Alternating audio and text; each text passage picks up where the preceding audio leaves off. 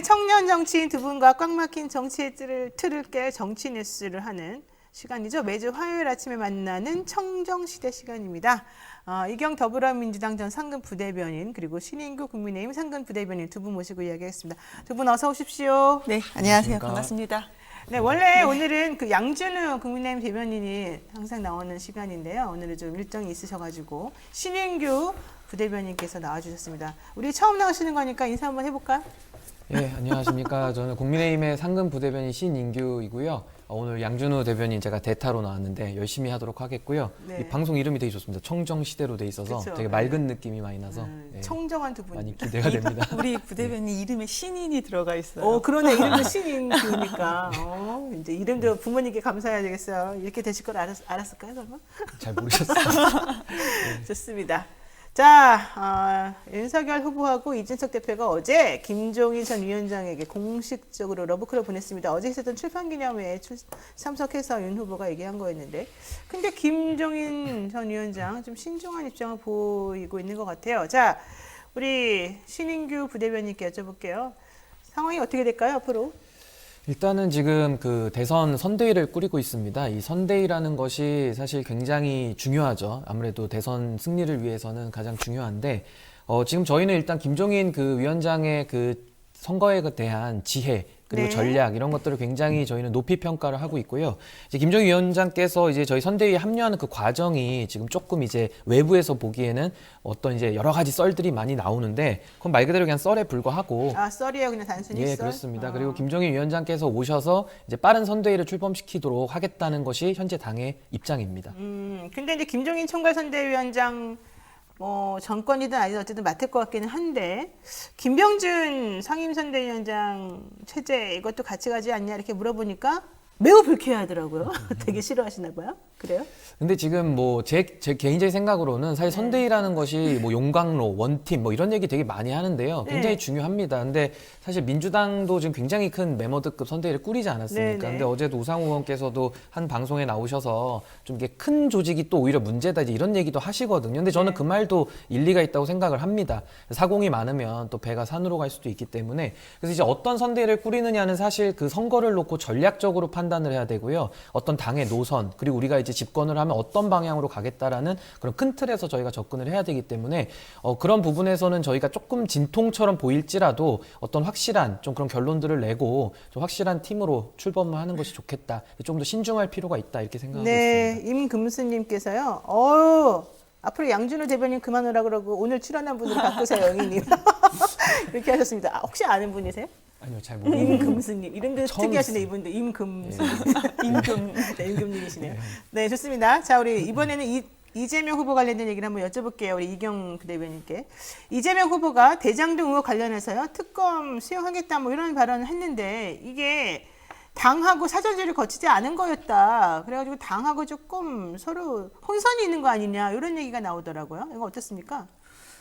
아니, 의견은 그러니까 한마디로 국민들께서 특검해야 된다라는 얘기가 많았었고요. 네. 그런데 특검이라는 것은 기존에 있는 수사가 뭔가 미진한 경우 있을 때 특검을 해야 하는 거기 때문에 이재명 후보가 지금까지 했던 말들은 항상 저는 일관됐다라고 말씀드릴 수 있어요. 이재명 후보의 말은 일관된 말이다. 네, 그런데 이것을 무슨 당하고 협의가 안 됐다라는 것은 너무 과도한 해석의 어떤 오보 같은 그런 개념이 아닌가. 왜냐하면 송영길 대표도 이제 만약에 수사가 미진하면은 그 이제 특검을 수용하겠다는 그런 기반에 지금 현재 수사가 좀 더 잘 돼야 된다라는 메시지를 또 보낸 바가 있기 때문에요. 그래서 그 부분에 대해서는 좀 이상하다. 그렇게까지 굳이 과하게 우리 언론이 해석할 필요는 없다라고 생각을 하는 것이고요. 그리고 물론 마찬가지죠. 이것이 지금 우리 민주당이 혹시 마치 지금 검찰 조직이 민주당이 뭔가 유리한 것처럼 또 국민의힘 쪽에서 많은 얘기를 하는데 그것이 아니란 사실은 누구나 다 압니다. 그거 압니다. 말씀 그렇게 하시는 분들도 그 뒤에 우리 왜 대기석이 있잖아요. 그러니까 방송 들어가기 직전에 거기서는 또 그렇게 얘기를 하죠. 출연자 대기실에서는 또 그런 얘기를 안 하세요. 그러니까 국민의힘도 지금 특검에 그러니까 검찰의 수사에 대해서 의혹이 있지만 민주당도 솔직히 검찰 그 지금 수사 뭐 어떻게 되는지 모르지 있지 않냐, 좀 어렵지 않냐, 민주당 쪽이 좀 어렵지 않냐 이런 얘기는 비공식적으로 나오고 있거든요. 근데 지금 딱 보시면 우선은 먼저 50억 원 받은 사람이 있고 100억 받은 사람이 있는데 아니 수사도 안 하고 있어요. 지금 전혀.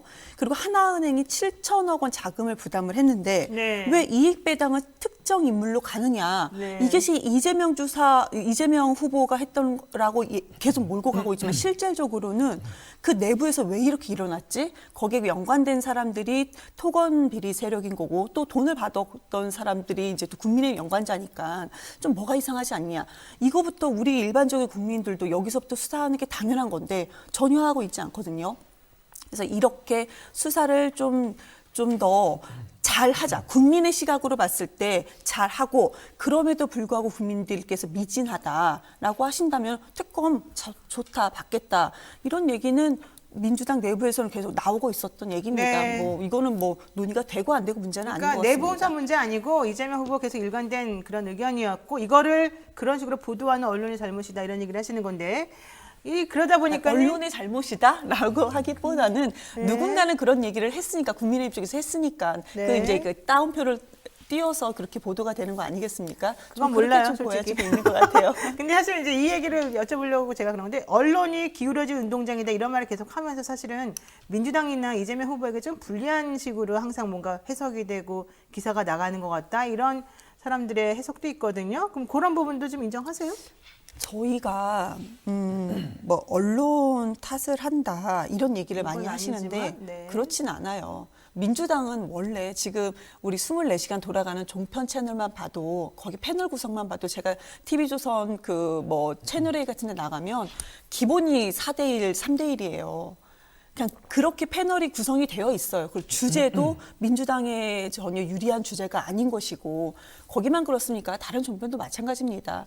그리고 우리 또 신문이나 네. 이렇게 포털로 나오는 또 경제지 같은 부분 그런 부분을 보면은 민주당 쪽에서 의혹을 제기할 때는 약간 구석에 언론이 좀 실려지고 네. 국민의힘 쪽에서 약간 정치적인 발언입니다. 뭐 이재명 후보가 뭐 대선 후보가 탈락이 될 것이다. 이거 그게 시스템적으로 전혀 그렇지 될 수가 없는 건데도 김기현 원내대표가 그런 얘기를 한 거에 메인에 걸리고 이런 부분이 현재는 있다. 그리고 오보가 나와도 네. 포털에 메인으로 걸려. 이게 완전히 오보임에도 불구하고 좀 이따 그런 주제를 다룰 것 같아요. 네. 그 배우자 관련돼서 이게 완전히 오보인데도 메인에 걸리는 그런 상황이 좀 유리하진 않다. 그렇지만 민주당이 그렇게 언론 탓하고 있지는 않습니다. 그럼에도 불구하고 국민들께서 계시기 때문에 우리가 진실만 우리가 잘합니다라고 알려달라는 것이 아니고 최소한 진실은 같이 우리가 공유하자 이런 요구를 좀 드리고 있습니다. 네, 이분 말씀 어떻게 보십니까? 이경부 이분. 대변인 말씀. 일단 여기 방송 제 분위기를 보니까 말을 조금 이렇게 길게 해도 괜찮은 것 안 같아서 됩니다. 원래는. 됩니까? 오래 하신 일단 거예요. 제가 짧게 말씀을 드릴게요. 할게요. 아닙니다. 일단 저는 사실 그 우리가 묵국에 고기가 들어있지 않습니까? 이 고깃국을 네, 먹다 묵국에. 보면은 네. 남의 묵국에 있는 고기가 더 많아 보여요, 사실. 항상 자기 근데 고기는 많을 때도 적어 있잖아요, 보입니다. 솔직히 많을 아니 뭐 그럴 때도 수도 있지만 이게 항상 착시가 있다는 거죠. 그러니까 남의 떡이 커 보이는 남의 거죠, 떡이 커 사실. 보인다. 그러니까 전지 이런 것도 마찬가지입니다. 물론 이경 대변인께서 말씀하신 대로 뭐 종편에 보수 패널 많이 나오는 거 다 맞죠. 근데 또 반대로 저희 진영에서 또 얘기한다고 치면 뭐 뉴스공장이라든지 뭐 여러 가지 언론 환경이라는 청취율 1위가 지금 누굽니까 사실은. 그러니까 그런 네. 것들을 다 보면 이 언론 환경이라는 건 저는 그냥 팽팽하다. 이게 저는 국민들의 시각이라고 보고요. 이거를 계속 우리 쪽에 비판적인 것들이 많이 나오면 아 이건 또 기울어져 있다. 저는 그 시각이 삐뚤어져 있기 때문에 기울어져 보인다라고 저는 생각을 하는 겁니다. 삐뚤어져 있다, 시각이? 예, 왜곡돼 있기 때문에요. 예. 제가 특검에 대해서 좀 말씀을 저도 좀 한번 드리겠습니다. 네네. 예, 설명을 드려야 되니까요. 이거 논란이 처음 제기된 게 사실 8월 달입니다. 8월부터 지금 벌써 11월이 됐죠. 3달, 4달 가고 있는데요. 수사가 미진하냐? 저는 굉장히 미진하다고 보고 그것도 제가 논리적으로 다 밝힐 수 있지만 그냥 시간이 없으니까 짧게 얘기하면 그냥 국민의 여론이 지금 72%까지 올라왔습니다. 특검 요구에 대한 것이요. 미진하다는 건 국민 여론이 이미 다 동의하면 논증이 필요가 없고요. 또 하나는 지금 양쪽 다 수사가 미진하다고 합니다. 그럼 저는 이거에 대해서 문제를 제기하고 싶은 게 그럼 검찰 개혁을 해서 지금 문재인 정부가 4년 동안 힘차게 달려왔는데 네. 과연 4년 동안 한 결과가 이겁니까? 양쪽에서 다 미진하다는 평가를 받고 검찰이 추미애 장관과 저는 윤석열 총장과의 그 2년 동안의 그 지리한 그 갈등을 정리하지 않은 문재인 대통령 그 속에서 검찰은 다 저는 망가졌다고 보거든요. 이거 앞으로 복원하는 것도 저는 굉장히 큰 과제라고 생각을 합니다. 네. 그리고 저는 또 하나 문제 제기하고 싶은 것은 박근혜 정부 때 국정농단으로 이제 현직 대통령이 구속까지 되지 않았습니까? 네. 그때 구속시킨 게 현재 검찰입니다. 네. 그러고 나서 이제 특검 수사 해가지고 그때 당시 이제 그 과도기에서 이제 구속까지 되었는데 네. 그때 당시에 그 이재명 후보 같은 경우에도 2017년 2월 8일로 제가 기억을 하는데요. 특검 연장을 하라고까지도 기자회견을 하신 분입니다. 네. 그럼 그때 당시에 그러니까 상대 진영에 대한 비리와 불법에 대해서는 특검도 하고 강도 높은 수사하고 피의 사실 공표하는 것까지도 다 법안에 넣어서 그렇게 하셨는데 저희도 뭐 꼭 지금 다 그렇게 하자 이런 건 아니고 협상을 해야 되는 부분이고 그렇게 가혹하게 해서 수사를 하고 그걸로 정권을 유지해온 입장에서 이제 본인들의 비리가 터졌단 말입니다. 근데 이거를 자꾸 돈의 문제로 치환을 시키세요. 제가 돈의 문제도 좀 이따 설명하겠지만 네. 이거는 본질이 뭐냐면 성남에서 어쨌든 대형 개발을 하면서 공공과 민간이 결탁해서 이거는 수조를 해먹은 겁니다. 근데 결탁을 할 때 뇌물 주고 매수한 사람들 화천대유 다 지금 구속돼 있죠. 그럼 남은 것은 그 성남시에서 그 구조를 짰던 사람들입니다. 누군가 결제를 했단 말입니다. 네. 그럼 그 사람들에 대한 수사가 이루어져야 되는데 안 이루어지니까 저희가 깃털 수사라고 비판을 하는 것이고요. 네. 이 특검에 대한 것도 좀 시간이 걸린다. 처음에 뭐 수사가 미진하니까 수사 지켜보자 이 얘기를 하면서 여기까지 끌어왔습니다. 그럼 네. 미진했습니다. 그 지금까지 지연시킨 사람들은 우리 민주당 쪽이라고 저희는 봅니다. 안 받았으니까요. 그러면 특검은 상설특검법도 있고요. 오늘이라도 지금 당장도 가능합니다. 박범계 장관님이 결단만 하시면요. 그리고 특검하면은 뭐 누가 특검으로 선정해야 되는지 싸워야 된다 이러시는데 네. 우리가 다툼이 있을 때는 관례대로 합니다. 그럼 관례는 민주당이 저희한테 요구하셨던 그 기준대로 저희한테 요구하시면 해결이 됩니다. 기준이 네. 있기 때문에. 네. 그리고 마지막으로 말씀드리면 이거는 그 관의 부패가 일단 저는 몸통이고 거기서 돈이 나왔지 않습니까? 저희는 돈 나와서 50억 클럽이니 뭐니 저희 쪽 돈 받은 사람 있으면 수사하지 말자가 아닙니다. 다 수사해야 됩니다. 그게 국민들의 뜻이고요. 그게 국민의 눈높이라고 생각을 합니다. 제가 짧게 네. 반론을 드리면은 네, 네. 우선은 특검 아주 그냥 적극적으로 다 수사하고 받자 아주 감사합니다.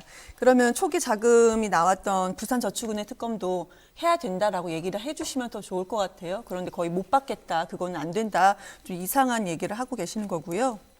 그리고 뭐 뉴스공장 말씀을 해주셨는데 그 1위 인정하셨던 것도 감사하고요. 그런데 그러면은 뉴스공장 외에 우리 노영희 변호사님이 하시는 프로도 1위를 되셔야 되는데, 네. 근데 뉴스공장 외에 그러면은 민주당 쪽에 약간 그 의견을 더 많이 담는 그런 언론이 어디가 더 있다고 말씀하실 수 있을지 아마 얘기 못 하실 것 같아요. 그런 KBS 나 말씀 들을 수 MBC. 있을 것 같고요. 그리고 문재인 대통령의 뭐 검찰이 망가졌다라고 하는데 거기에 총장이 윤석열 총장이었고 뭐가 망가졌는지 모르겠어요. 제가 봤던 망가졌다는 것은 검찰 조직이 사유화해서 당원과 시민단체를 하는 고발 사주 있잖아요. 이 고발장이 오염되지 않았습니다. 이런 일을 했던 검찰총장이 단 한 명도 없어요. 그 검찰총장이 지금 국민의힘 대선 후보로 되어 있는 거고. 그러니까 지금 많은 주장을 해주셨는데 그 네. 주장에 대한 근거가 없이 아니 우리 지금 너무 젊으신 청년분이 나오셔서 전 기대를 하고 있었는데 근거 없이 지금 너무 막 60, 70대 기성세대 분들이 하시는 주장을 그냥 그대로 하신 것 같아서 네. 그런 주장이 방송에 나와서는 좋지만 앞으로 이제 그러니까 여야할 것 없이 청년들이 그러니까 정치에 있을 때 앞으로 나아가는 방향으로는 좀 맞지 않지 않나. 그래서 스스로 좀 고민을 아니면은 여야 할 것 없이 같이 청년들이 모여서 이 부분에 대해서는 우리가 좀 고민을 같이 해볼 필요가 있다고 합니다. 네. 우리나라의 앞날을 위해서요. 근데 왜 제가 특검을 받아들이지 않은 논리가 왜 60, 70대의 논리라는지 저는 잘 모르겠고요. 그 지금 20, 30대가 다 요구하고 있는 공정과 정의에 관한 아니 문제이고요. 특검을 얘기한 게 아니에요. 그리고 특검을 받아들이자 네. 해서 좋다, 제가 고맙다, 특검하자. 예. 그 대신 부산저축은행 특검이 초기 자금과 그것도 같이 하자라는 말씀을 드리는 그러니까 거고. 제가 말씀드리는 거는 돈에 관한 부분에 부패가 있으면 다 그런 것들은 수사를 해야 됩니다. 범죄를 네, 맞습니다. 덮어주는 나라가 되면 안 되잖아요. 근데 제가 드리고 싶은 말씀은 지금 윤석열 총장 얘기를 하시는데 그분 서울중앙지검장으로 문재인 정부에서 일을 하셨죠. 2년간. 네. 팩트입니다. 네. 그리고 문재인 정부에서 검찰총장으로 누가 임명을 했죠? 문재인 대통령 임명을 하셨습니다. 그러니까 그건 저희가 우리 국민의힘 정부가 아니 아니었어요. 그러면은 문재인 대통령이 그래서 저로 검찰총장을 하나만 더 임명을 했다고 잠깐만요. 하면은 그 네, 검찰총장이 하나만 고발 사주권까지 그 문재인 그러니까 하나만 대통령이 제가 시켰습니까? 말씀드릴게요. 하나만 아니 그거 말씀드릴게요. 대답 한번 자, 해보세요. 여기까지 하고서 아니 제가 대답 한번 해보시라니까요. 요 말만 마무리하고 검찰총장이 말씀드릴게요. 대답 지금 해보세요. 아니, 제가 지금 검찰총장이 고발 말씀을 사주권을 그래 문재인 네, 대통령이 시켰습니까? 네. 그거 대답해 보시라니까요. 네. 제 말씀을 좀 해보십시오. 드릴 아니 수가 그거 없는 대답하시고 상황이라. 그다음 얘기 한번 해보세요. 네. 못 하시잖아요. 못하는 게 아니라 제 말을 아니 좀 해보세요 들으시는 그러면. 네. 네, 이제 해보세요.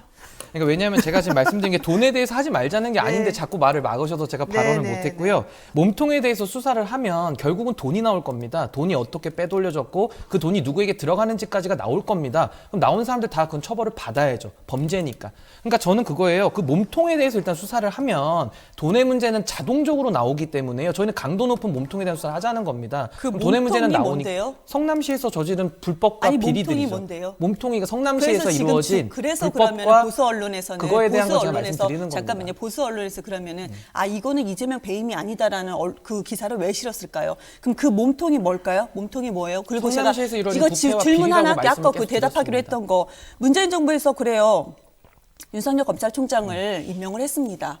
그러면은 그게 문재인 고발 사주권이 문재인 정부의 잘못인가요? 이건 누구 잘못이죠? 지금 갑자기 고발 사주 얘기를 왜 아니 하죠? 지금 갑자기 얘기하셨잖아요. 특검 얘기를 특검 지금 얘기. 화천대유 아니 관련해서 지금 무슨 대장동 문재인 의혹을 정부에서 말하고 지금 있는데 말씀하셨잖아요. 고발 사주로 또 하지 섞는 마시고 거죠. 문재인 섞는 거죠. 정부에서 아니 이건 전 대답을 들어야겠습니다.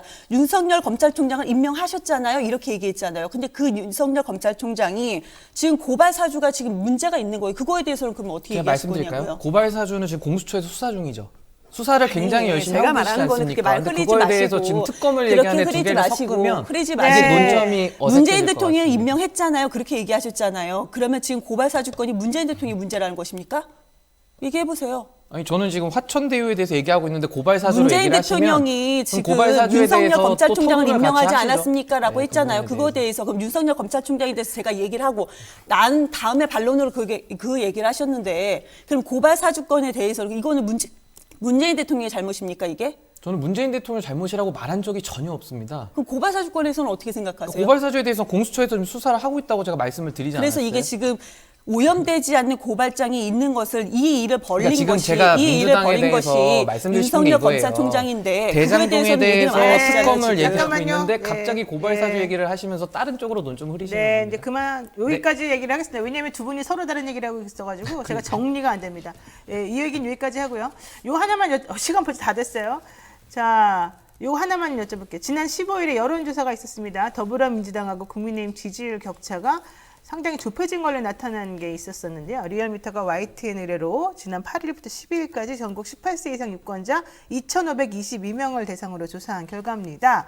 뭐 자세한 내용은 뭐 리얼미터 홈페이지나 중앙선거 여론조사 심의위원회 홈페이지를 참조하면 되는데 어쨌든 여기에 의하자면은 그 국민의힘 지지하고 민주당 지지가 한 2% 차이로 좀 좁혀진 걸로 지금 나왔습니다. 자, 요거는 어떻게 해석을 하실 수 있을까요? 일단은 뭐 민주당도 저는 경쟁력이 있다고 봅니다. 이제 앞으로 여러 가지 뭐 혁신적인 방안들을 많이 만들어내려고 좀 노력을 하고 있기 때문에 그래서 네. 저는 우리 당이 지금 이제 경선 직후에 컨벤션 효과와 과대 표집 현상을 지금 겪고 있다고 보기 때문에 우리 당이 좀 차분하게 이건 대응을 해야 된다고 보고요. 뭐 얼마든지 저는 지지율은 출렁거릴 수 있는 거라고 보기 때문에 일희일비할 건 없다고 생각합니다. 네, 일일비할 건 아니고 민주당도 가능성이 있다. 그러니까 어쨌든 열심히 하면 국민들의 선택은 어디로 갈지 모릅니다. 민주당 기분 나쁠 것 같아요. 가능성이 있다 그러니까. 아닙니다. 네. 괜찮아요? 열심히 아니 하면 뭐 가능성이 누구에게나 있다는 기회가 말씀에 있죠. 감사하고요. 네네. 근데 다행인 것 같아요. 오히려 그렇게 네. 말씀 주시는 게 지금 국민의힘 내부에서는 네. 어떤 우려가 있었냐면 내부에서 나왔던 얘기는 지금 지지율이 너무 높다 보니까 원팀으로 구성된다 하더라도 윤석열 그 후보 측에서는 김종인 위원장을 굳이 모셔올 필요가 있겠느냐. 우리가 이렇게 지지율이 높은데 그래서 지금 지지율에 너무 이렇게 좀 취해 있는 것이 아닌가라는 그런 얘기가 나왔는데 그래도 우리 부대변인께서 아니다. 이 지지율은 뭐 이렇게 올라갔다 내려갔다 할 가능성이 있다라고 말씀을 주셨기 때문에 아, 국민의힘 쪽에서 그래도 좀 탄탄하게 준비를 하고 있구나 이런 생각이 드는 것이고요. 그래서 민주당 쪽에서도 그렇습니다. 지금 저희가 지지율이 뭐 약간 올라갔다고 하더라도 우리가 뭔가 지금 이재명 후보보다 오히려 지금 여론을 보면은 민주당이 그렇게 많은 의석을 줬는데 일을 제대로 못한다라는 의견이 훨씬 더 많습니다.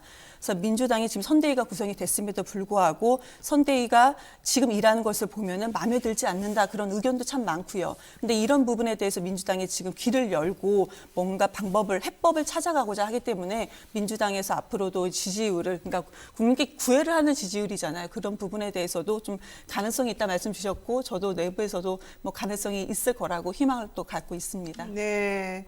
자, 어쨌든 지금 보게 되면은 윤석열 후보 쪽에서는 상당히 고무되어 있고 국민의힘 쪽에서는 상당히 이제 장밋빛으로 상황을 바라보는 것 같은데 향후 앞으로 이제 전략은 뭐가 있을까요? 2030을 위해서라도. 뭐 저는 지금 뭐 장밋빛이다라고 보는 것 자체가 굉장히 오만해 보일 수 있다고 저는 생각을 해요. 그리고 저는 지금 이게 대한민국의 좀 비극 같은 건데요. 지금 중도층에 있는 무당파들 얘기 들어보면 양당 다 뽑을 사람이 없다. 뭐 진짜 허경영이 답이냐 이런 사람들도 많아요. 그러니까 네. 저는 이게 정치가 희화화되는 거 저는 굉장히 저는 우려스럽게 보거든요. 그래서 저는 양당이 결국은 참 안타까운 말이지만 실수 안 하기 게임 아니냐. 근데 실수 안 이게 하기 대한민국을 게임. 위해서 바람직할 것이냐. 저는 거기에 대한 근본적인 의문이 있고요. 근데 어쨌든 실수 안 해야 이기는 건 맞습니다. 그러니까 민주당도 실수 안 하시길 바라고 저희도 실수를 안 해야 되는 거고요. 네. 결국은 이걸 좀 더 극복을 했으면 좋겠습니다. 그래서 조금 더 좀 정치가 좀 정상화될 수 있는 그런 풍토에 저도 노력을 하겠습니다. 아, 좋습니다. 네, 우리 이경 비대위원님 어떻습니까? 정치가 그렇죠. 정상화돼야죠.